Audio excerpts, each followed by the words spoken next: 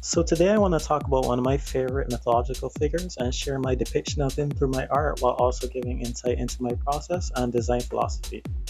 I remember the stories growing up about him, learning about sin and temptation, but I always felt like there was a piece of information that was just outside of my grasp because in Abrahamic religions, they rely on a more black and white perspective. If there is something that exists, then there must be something that exists to oppose or represent the opposite of that. Now, there's a silly little show called Supernatural. Stop me if you heard about it. I don't know if you have. It's quite niche. So, anyway, it's about two brothers, Sammy and Dean, whose job is to kill monsters, werewolves, defile graves, burn corpses, commit felonies, shoot first and ask questions later. Just typical hunter shenanigans, of course. So, without spoiling too much, eventually they introduced angels into the show, which was so exciting because I remember there was so much build up to what they even were, and we had no idea what Dean was about to face. But that was when we met Castiel. But honestly, as iconic as his entrance was, I felt disappointed. Why was I disappointed? Because even though the performances were great, they just looked so plain.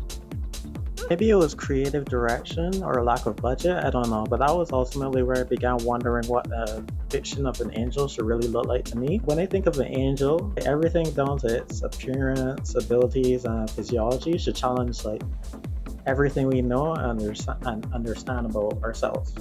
It started with the humanoid base because as nice as the biological nightmare angle I keep seeing is, not only is that the angle that everybody goes for, but when it comes to angels, I think it's interesting to have humans to just be more able to relate to them instead of like a Lovecraftian being, you know? So the first sketches I did was me just trying to grasp what felt right in the moment without much thought. And they were pretty tame, but slowly became more and more alien looking, which I welcomed. I was gonna give them silky long hair, but a lot of the references they used had that same feature, so I got stuck for a moment. I was like, I don't want to do the same thing again. But then it hit me. Hold on. Wait a minute. What if I gave them tentacles? To take it even further, what if I added eyes to those tentacles? But not actual eyes, just eyes for like intimidation. I hope tigers have so white spots on their ears, on their back. Like, is this nigga serious? then I had an uncomfortable idea for the eyes. So their eyes have like horizontal pupils that offer like a wider field of view.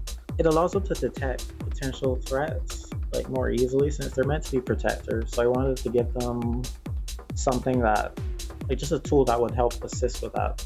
And then they have this like sticky ink ooze around their eyes, which is so disgusting now that I say it out loud. But yeah, they have this inky ooze that's very, very sticky, so it causes their eyelids to just be stuck together in a way.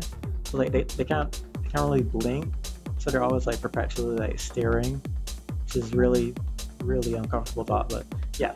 They also have four wings, like something called a cherubim from the Bible. They almost seem to rip themselves apart as they expand, and they also have noses like ours, which are attached to these two front-facing horns, and they also have adjacent holes next to them that act as like extra nostrils. Last but not least, they have no lips. All they have is like hanging flesh surrounding multiple rows of teeth and also black gums. Which is every dentist's nightmare and dream all at once.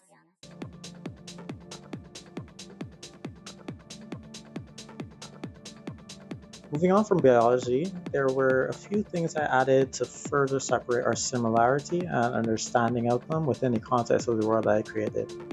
They were engineered to serve God, guide humanity, and defend purity from corruption. That's like basically their three tenets. And to ensure their effectiveness in their mission, they're unable to feel deep emotion and also process pain differently, which allowed them to experiment with body art, leading to the invention of full body blackout tattoos. That was basically what we were inspired by. And their voices have a certain frequency that makes it difficult to discern any words and is also disorienting. So in order to communicate, they have to speak directly to your mind using telepathy, where they speak in a very regal, kind of posh manner. And the screaming they do is basically like a weapon. It's just very, very disorienting, very, very painful to hear, It's not a good time. It's not a good time. I can't even describe what the sound would sound like. I know it would sound horrifying. It would sound absolutely horrifying. None of us will be able to make sense of it. They also process pain very differently. What this means is that when they get hurt, basically, there's a sensation, but it's not the pain that we know. Like they don't react to it in the way that we react to pain, basically. And this causes a limited understanding of, the connection between physical and emotional pain that humans are familiar with, since they can only feel so much emotion, and they can never experience the kind of deep emotion that you or I may feel. It's a very depressing kind of existence. Now, how can we add depth to a creature like this? Like, where's the hook? How can we make them actually interesting? And I ended up finding the answer while looking at tattoo ideas for my next one. I thought about how the lines between pain and pleasure can be blurry, because body modification requires you to experience and process a certain degree of pain to get what you want, because it creates a sense of satisfaction or pleasure. Not necessarily erotic pleasure like in the case of masochism, but just an emotional response to a decision that not only permanently changes your body, but also validates your individuality and self-expression. It makes the connection between the existence of the self and the mind, and the self's connection to the body, even stronger. So you can't even help feeling some kind of sentiment to the result, and just recognizing the power you now have. And when you think about this, you can even apply it to other things as well, because even if you aren't modifying your body, you still have to experience, transitions and experiences that, no matter how much you try to avoid, will force you to process some kind of pain before you can reach a state of pleasure or joy in this case. Trauma as well can permanently change you just as much as any modification would, but that's why if we need help, we have people who can guide us through the process so we can get back to the joy that was taken from us.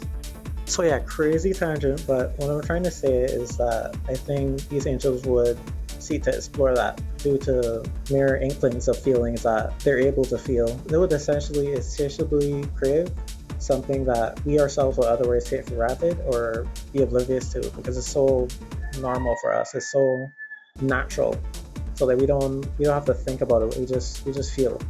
But they have to think about it because they can't feel it. I started looking at full body blackout tattoos specifically for just this concept, and I chose that because I heard of how grueling the process is for them, and how just how much they hurt, and how much the recovery and the sessions, just everything surrounding it is it's a very tough process. So I thought that was the perfect way to show how much they're willing to explore it, and how much they're willing to at least try to understand what we feel through a process like this. And I use a lot of celestial imagery, like moons, stars, everything related to the sky, basically. And I even made these stars look like crosses in a way, and flipped one upside down in reference to St. Peter's cross, since they say in act of humility he refused to be crucified in the same way as Christ was, and humility was one of the core values that angels must uphold. So also, in spite of the body art and individuality and whatever, they actually lack individuality. Binary gender doesn't apply to them either. And lastly, the equipment they have is just usually a long starry coat with 8 eyes around the chest, mechanical like armor, and a signature weapon of an angel, which is known as the Sword of the Beginning and the End. This short paragraph I made reads as follows. The fallen angel, corrupted by pride and overzealousness, vigorously stripped of his purity as he fell from grace, now transforming what was once ideal into a breathing mockery of perfection, yet scarcely grasping onto its former magnificence.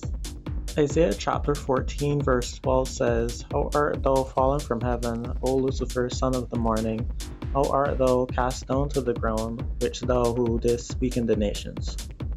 Many people don't know this, but the word Lucifer is actually a noun that means morning star, and the morning star is the planet Venus, which Christian authors ended up interpreting as Satan, which is why we consider that as his name to this day. The interesting part is that those authors began to shape how most people would imagine him for centuries. For example, Dante Alighieri proposes that Lucifer is animate death, a hulking undead creature lacking in speech, yet sensate matter who embodies evil as the complete absence of good. Dante seeks to tell us that evil is not something, but the lack of something. So his Lucifer is a rejection of any divine attributes, which is characterized but only by what it is not. He breathes cold hate as opposed to the warm breath of God's love, which highlights a unique trait of Dante's work. His depiction of hell is apparently ice cold compared to the fiery pit that we're familiar with, because again, the absence of good suggests the absence of warmth, which suggests the absence of life. He also agrees that Lucifer was once one of the highest, greatest, and most beautiful of all created beings, and is fascinated by the transition of the most beautiful to the most ugly as the origin of sorrow and betrayal. With my design, the first thing you'll notice is that the colors I use are much livelier, bright, and vibrant. This is because angels are heavenly beings, and because of that, it separates them from the liveliness of the physical world around them. In Lucifer's case, he was so filled with feelings of hatred, betrayal, and resentment that it affected his angelic appearance. The tentacles on his head now had sharp appendages protruding from each of them, teeth rotten with exposed roots, eyes contorted, and horns breaking as they forced themselves to revolve like a cyclone. His arms became mechanical, enveloped in dark ink, one looking like deteriorated metal while the other exhibited the destructive waves of a hurricane imprinted onto it. I wanted it to be biomechanical, which to me means making it look like machinery that seemed alive rather than man-made, so it isn't too sophisticated on a technical level.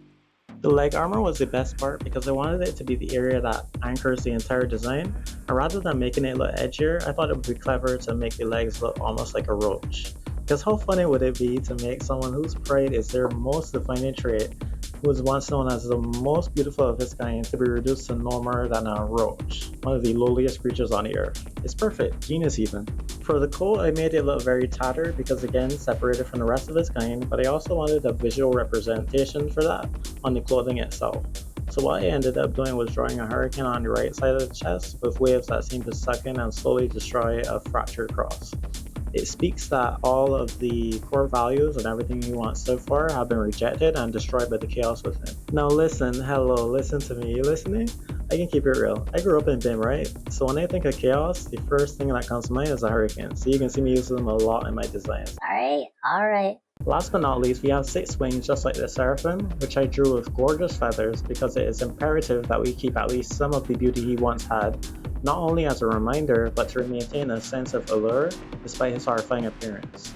So I made them large enough to be imposing and majestic while mixing cool and warm colors to create a nice contrast. To me, the devil is a test, and we are his favorite experiment. I think he seeks to prove and exploit our weak-willed minds by preying on our every desire, turning us into something less valuable. His purpose is to make us suffer and reveal our most horrifying traits because he has to prove that no matter how hard we try, we cannot be better, we cannot be refined, and that we are most certainly not worthy of grace. He wants to show an all-knowing God that they were wrong, which is tragic because to go this far for so long just means he still seeks his acknowledgement. How do you see him?